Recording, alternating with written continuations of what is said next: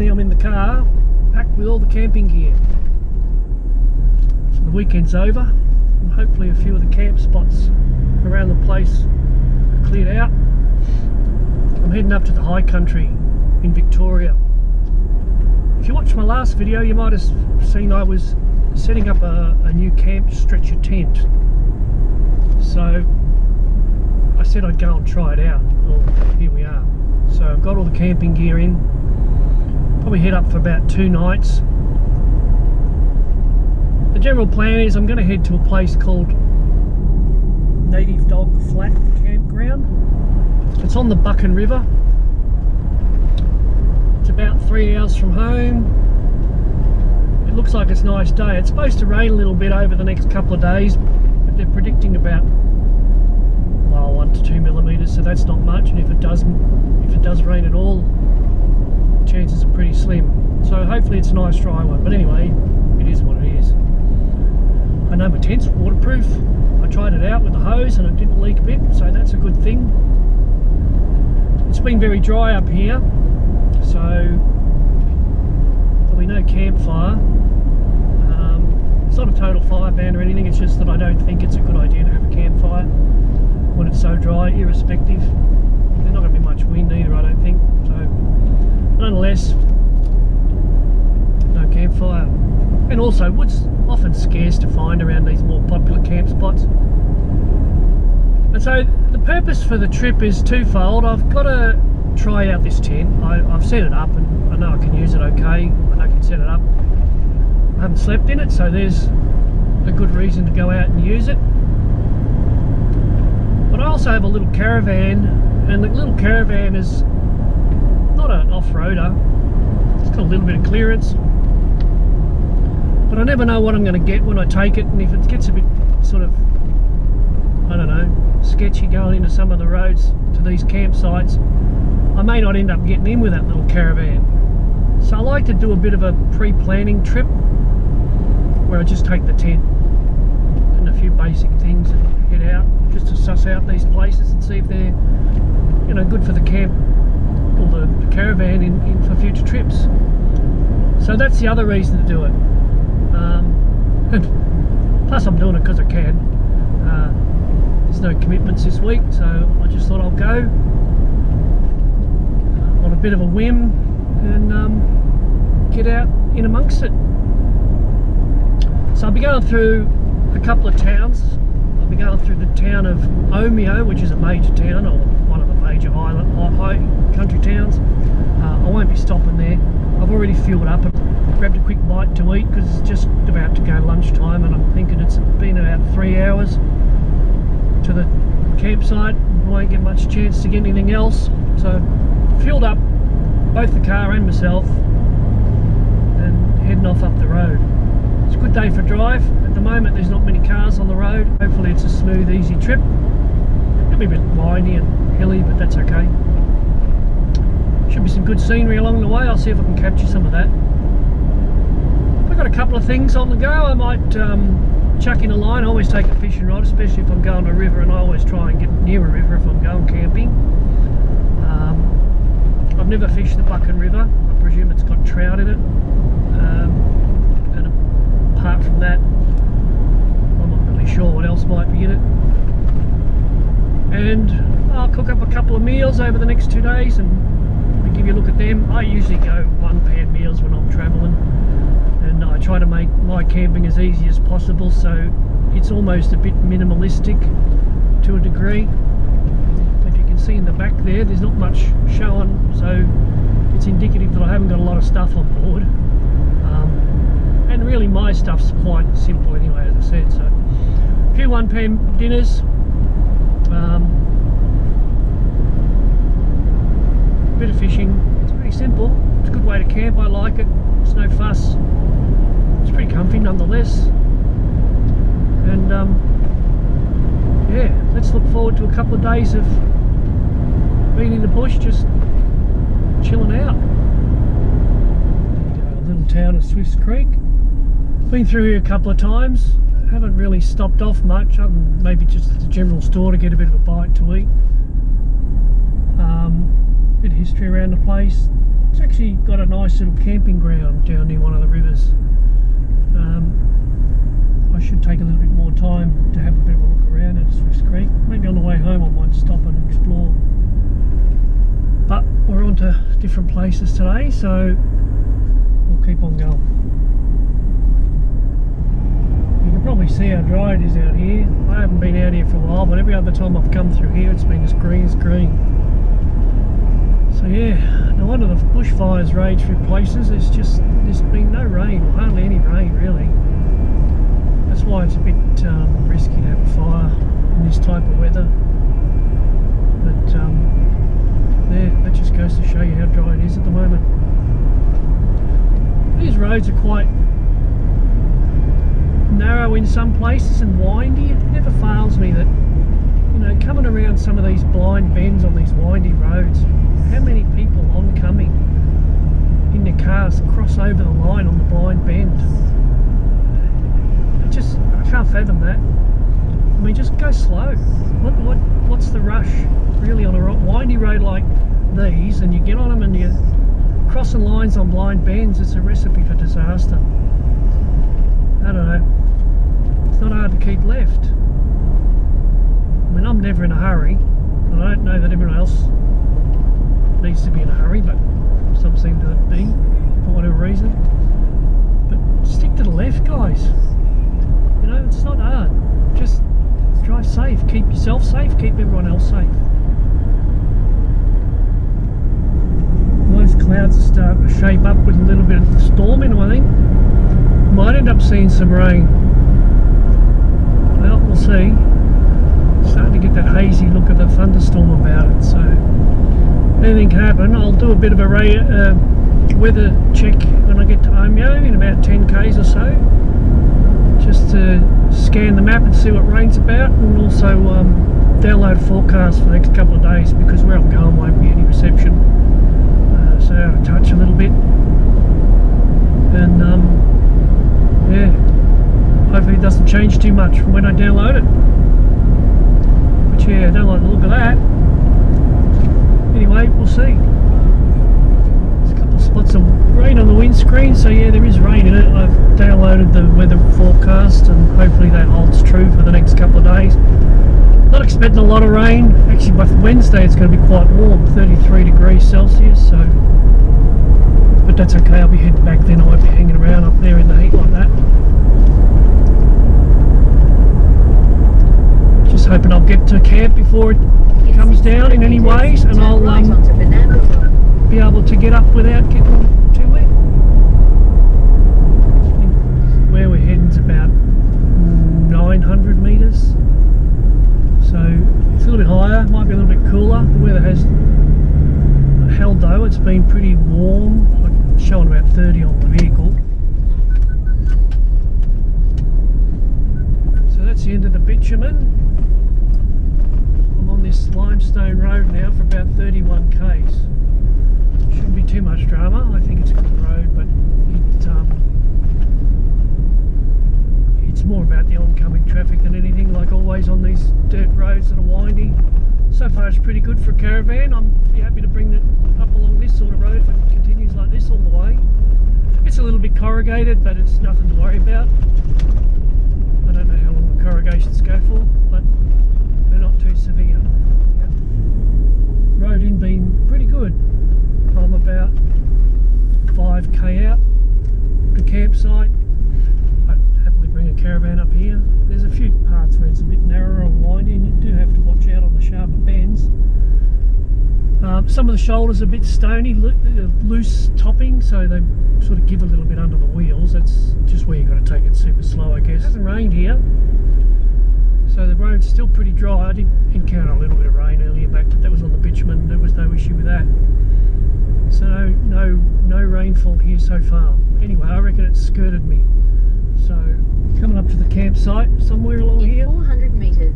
Your destination will be on the right. There you go. So I expect to see a few horses up here. There's apparently some brumbies about, and as evidence suggests on the road, they're certainly not far away. But I don't think I've ever seen a brumbie. The wild horses in the bush, but they're definitely here. Definitely here. The amount of horse poo on the ground. So here we are at Native Dog Flat. So I've got horse camping area off to the left, and I guess the rest of it's just for normal camping. So I'm going right. I don't know how big this campground is in terms of, you know, acreage or square meters, but it's not looking too big, but there's no one here. So there you go.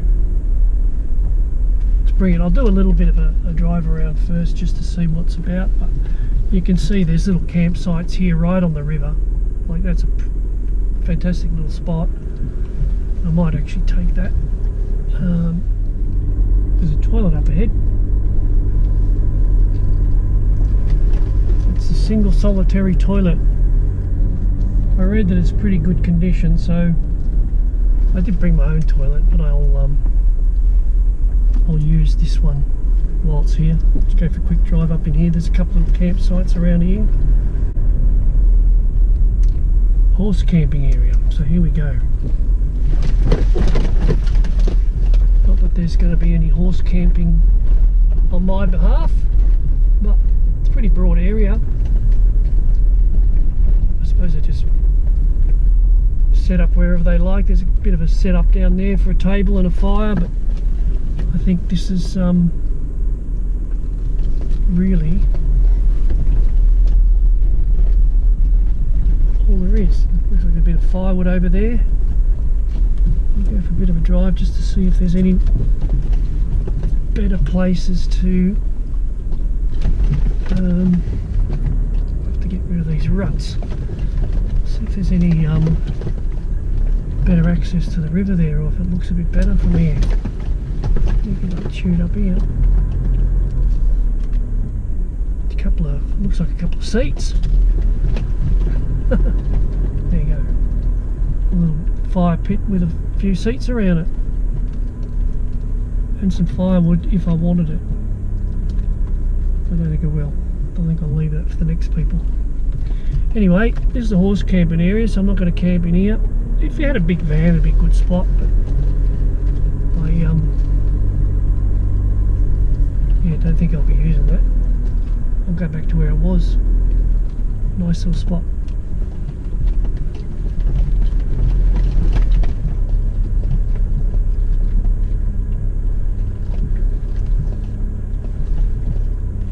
If we can get through this. Bit of fun in the wet. Yeah, big area. I suppose you could just really camp anywhere, but it's not where I'm going to be. Alright, back we go.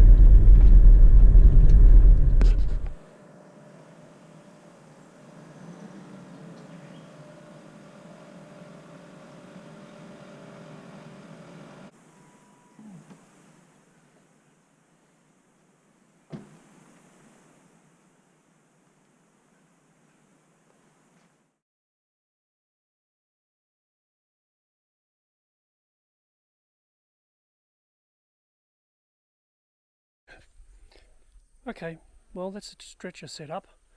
It's only the second time I've done it, so it took a little bit longer, but I'll get used to it and probably do it a bit faster next time and each time after that.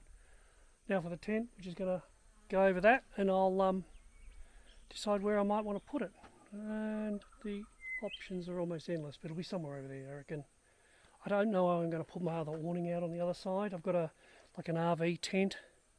There's a three-sided tent that hooks onto the car, but not sure that I'll need that.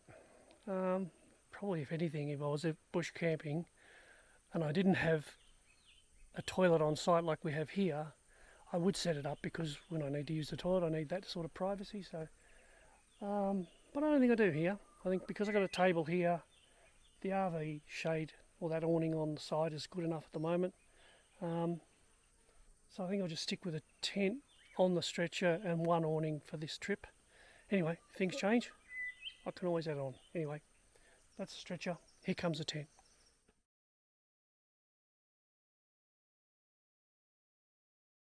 Okay, so the tent's up.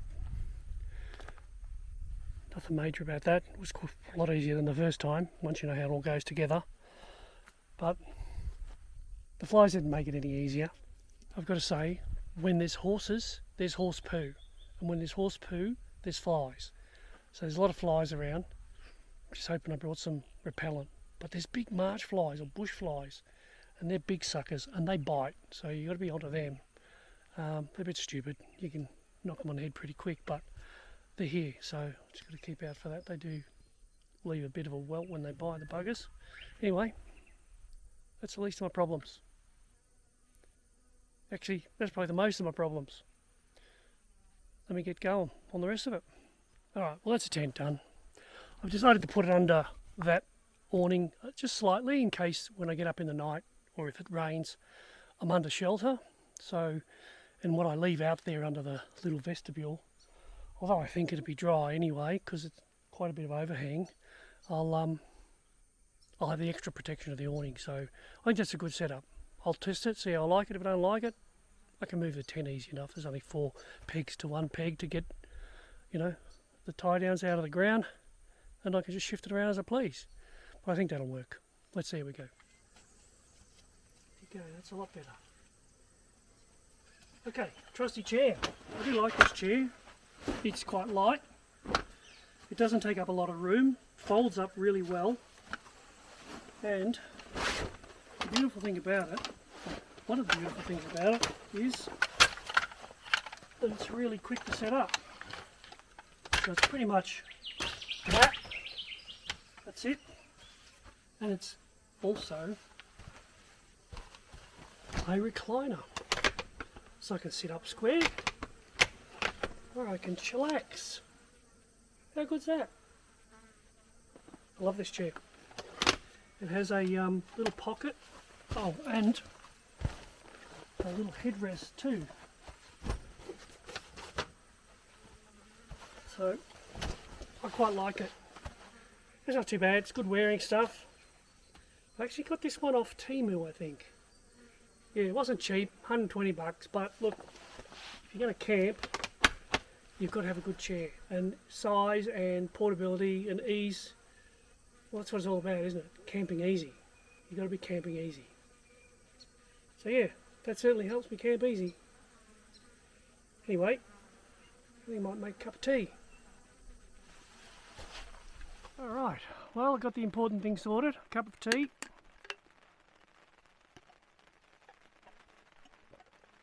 Love a cup of tea out in the bush. The other thing is, I think I misjudged the rain. If you can't hear that, it's raining. But not much, and I don't think it'll rain much more. I just have to get my camera out of the rain and just enjoy sitting, listening to the pitter-patter on the roof for a little while. But once that sorts itself out, I'll get cracking onto something to eat. I left home about, I think it was about 11, so it's a 3-hour trip. By the time I got here, after fluffing around a little bit, what's the time now? 3 o'clock or so. So really, probably not even that. Oh no, 4 o'clock. So it's getting close to dinner time. I'll think about what I'm going to do. Got a couple of choices tonight. I'm going to do like either a 1-pan chicken cacciatore with rice or quesadillas with a bit of chicken. I'm not sure yet. I think I might go with the chicken cacciatore. I'll have to get the chicken out because it's frozen. Okay, well, I'm going to get dinner on, and I think before I do that, I'm going to have a brew. Oh, I bought this little ceramic stove actually. It's got a ceramic element and it gets quite hot, and it's very good for wind resistance too. But it just works off these little hiking stove canisters, propane mostly. It's got a little self-igniter as well, and then the little adjustment for the flame is down here out of the way, so you're not having to put your hands under or anything. It's quite compact. It does throw out a lot of heat, there's no question about that. I've tested it at home. So I'm going to have a cup of tea. I've got some chicken thawing out in the sunshine because I forgot to take it out of the esky. That's my chicken cacciatore. I'm going to cook it in the skillet, cast iron, on here, because this is going to heat that up, I can assure you. and then I'll show you that process. It's not a bad little meal actually for a one-pan dinner. Quite tasty. Anyway, I'll light the fire. And here we go. Now if it was super windy, I'd probably still put a flame guard around it, but at the moment we've got no wind, a very gentle breeze, so it's not needed. Anyway, I'll be back in a minute with my cup of tea. Okay, so for this one, I'm going to do some chopping first. I've got some salami in here that I'll chop up, chuck that in the pan. I've got some capsicum, bit left over. I've got a little bit of onion I want to use up. I want to keep some for my quesadilla tomorrow. But I'll start with the bit of salami first. Better get the pan on a little bit. Get that warmed up. So, a bit of this capsicum first up.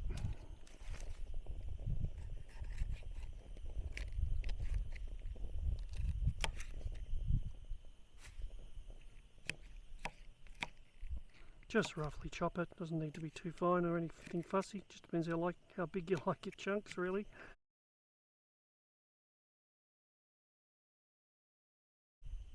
I'll get a bit of this onion. Probably use about half of it because I want some for the quesadilla tomorrow. Oh, that's probably enough for the quesadilla.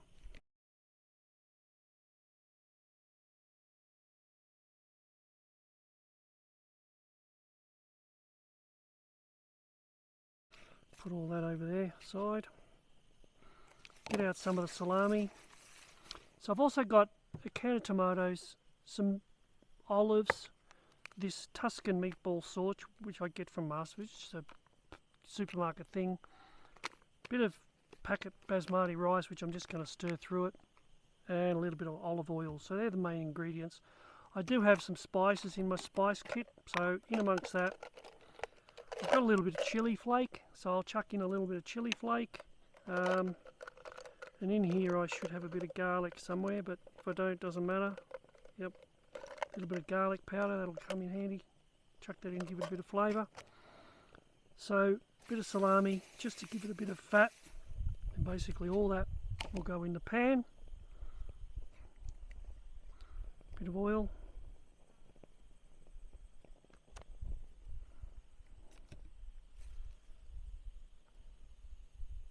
I need my spatula, so I have my spatula. Okay, so the oil's hot. That didn't take long, like literally 2 minutes. So I'll just stir that around while that's cooking itself up. I'll chuck in a bit of garlic. I think that's going to come out. Maybe not, it's a bit old. Okay, no garlic. Actually, I've got some garlic flakes.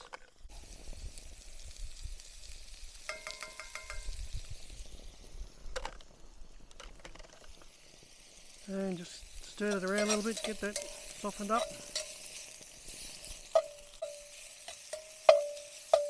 I bought this at Aldi. They had them there for about 20 bucks. It's a good solid cast iron and it's a nice deep dish. I like the deep dish side of things. That means when I cook, I'm not spilling crap everywhere. Okay, stir that a little bit more. Coming along nicely. I think I'll drop that chicken in.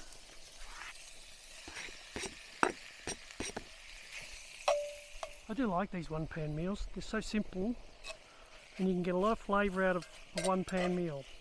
And just easy cleanup, easy ingredients, easy tools. And look at this sunshine, it's pouring out now, it's beautiful. So just going to let that cook gently. Once that's cooked through, I'm going to chuck in the tomato sauce, well, actually the tomato base, which is the Tuscan meatballs. So that'll be next.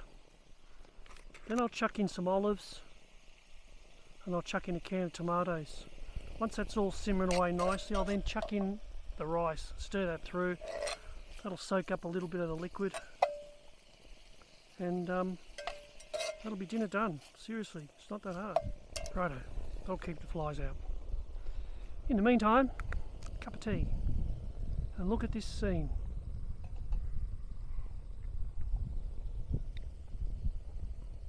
Brilliant.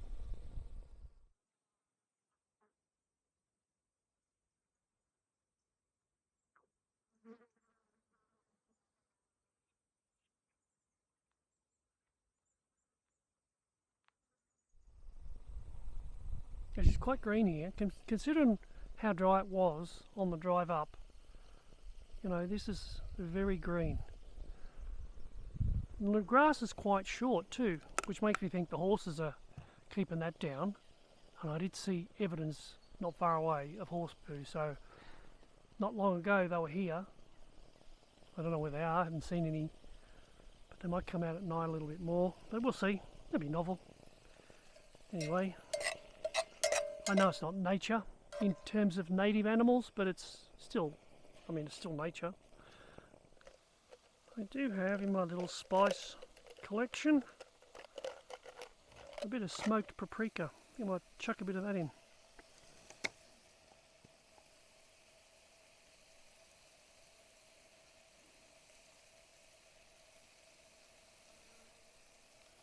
That should do. Definitely some chili flakes.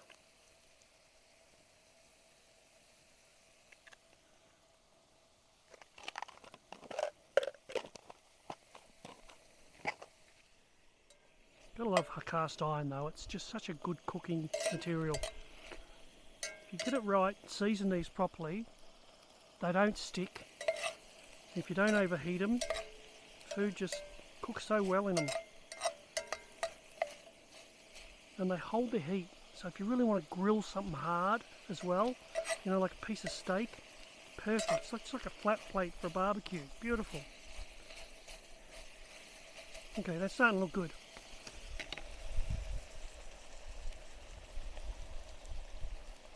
That's where the magic is, it's in that. It's good flavour. Chuck in some olives.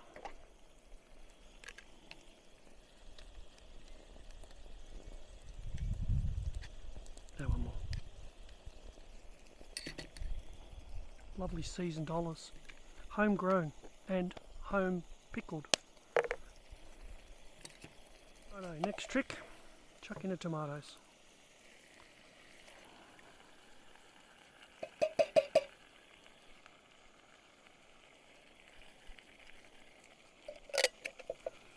Now,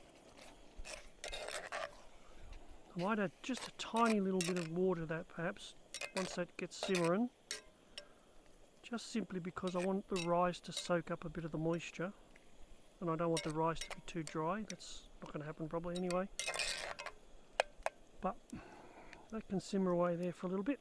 So, yeah, good little stove. I think I picked it up off AliExpress for about, by the time it got delivered, no, it was free delivery. It was about $60 odd. Wasn't expensive, but I've never seen them here. And because of the size, it's quite compact. It's relatively light. I mean, it is heavier base material, which means it's solid, but it's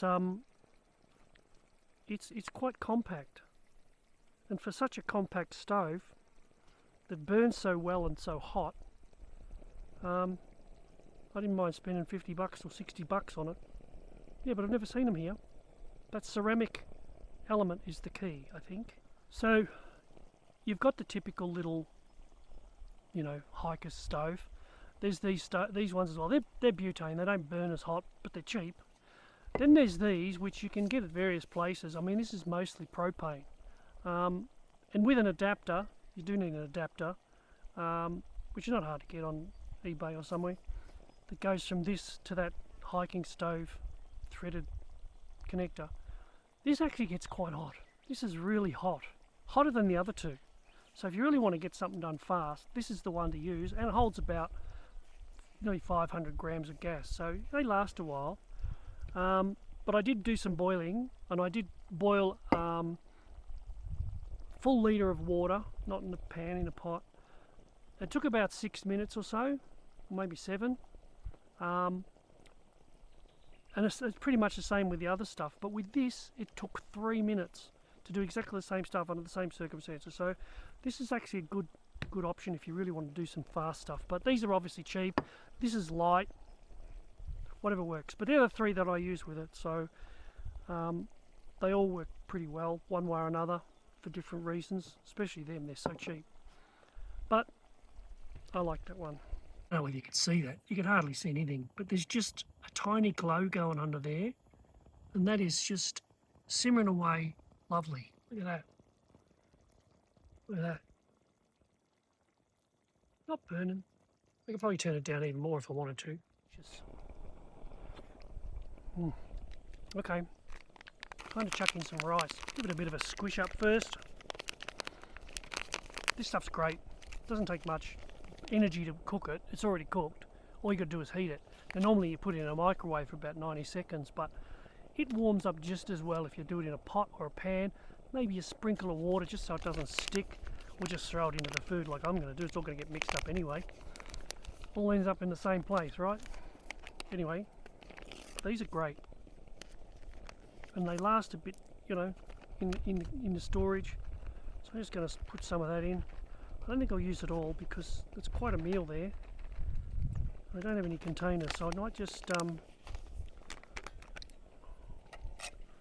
see that. That should be enough. Just got to cook that rice through, warm it through. All the rest is cooked. Might add a little bit more rice.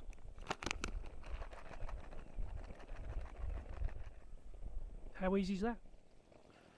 Alright, so let's get close to done. Now you can enhance this a little bit, chuck some fish sauce in it, you know, or chili oil, or you know, any number of things, but fish sauce is actually quite good. It's the secret ingredient to a lot of things, really. If you really want to add some flavour or something's missing from something, add a bit of fish sauce. Never fails. Scoop some of that up onto here.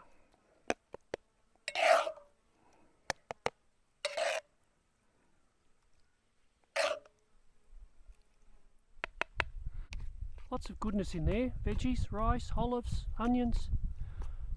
Yum. And warms you up. Great. Especially the chili. Anyway, easy peasy Japanesey. So seriously, this is what camping's about, I reckon. Just getting out in nature. Like, there's no one else here. Well, actually, that's not true now. There's someone way over there now, but I won't be bothering me and I won't be bothering them. But, you know, just getting out amongst the trees and the greenery and the nature, the birds, whatever else comes along, any kind of animals that live out here. It's fantastic. But it's, apart from the flies, it's dead silent. Other than a bit of a rustle in the trees from the breeze, there's nothing. It will be interesting to see what sort of noises come out in the night. But anyway, I'm going to enjoy this in the meantime. Anyway, you don't want to watch me eat, so I'll finish this and I'll get back to you. Alright, well, not sure what the wind's going to do tonight. It's probably not going to pick up, but who can tell? It's pretty sheltered in here, a lot of trees, but these things are only sort of spiked into the ground, so it makes sense that I put a bit of a guy line on it just to keep it from floating away, blowing away. So I'll get a couple of straps. Alright, well, I've strapped down the awning. I bought them the other day, actually, from Aldi. I think they're about $10. They're good webbing type material. They've got buckles on them for quick release. They've got a spring-loaded anchor at the bottom and D hooks on the top. And they're green, so they're easy to see. And I'm the worst at tripping over bloody guy wires. Or, yeah, I'll see them, at least until I don't see them. Well, it's cooled off a little bit and it's getting darker, or starting to darken up. It's about 7:30. So, because it's cooled off, I put a jumper on. Not that it's super cold, it's just not as warm as it was. Anyway, I've got a hot chocolate to make. I'll put the kettle on later. Settle in, listen to a bit of music maybe, and edit a little bit of video. I'm on my phone at the moment because my other camera went flat, so I'm charging that up. And then probably an early bed. I think it's a good idea when you're camping, you go to bed early, get up early, make the most of the daylight and listen to what nature has to offer for night time. Anyway, I'll see you in the morning.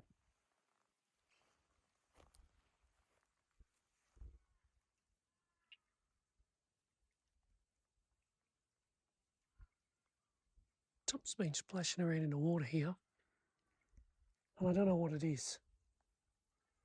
Not sure if it's a platypus or a frog or even a fish.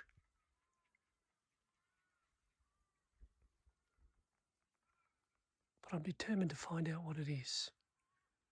Stay tuned.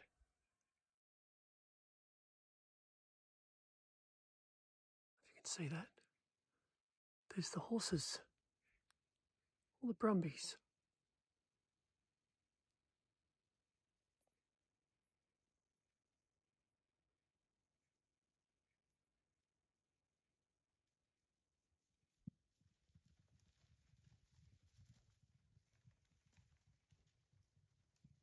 Crazy.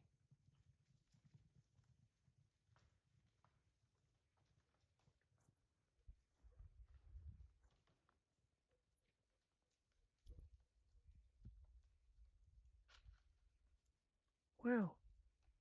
Never seen that before. Well, that's day one done and dusted at the Native Dog Campground. You can watch day two in my next video. See you then.